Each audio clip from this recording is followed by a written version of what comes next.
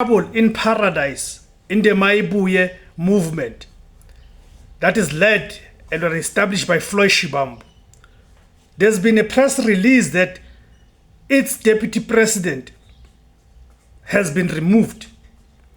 I'm going to read you guys the letter, right? The communique from Mayibuye, or the press release from Mayibuye, which speaks to this effect.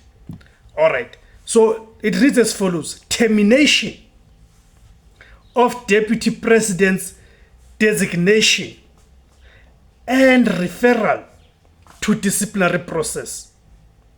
It's dated 24th October 2025, which is today. Release immediate. The national officials of the Afrika Mayibuye Movement have unanimously resolved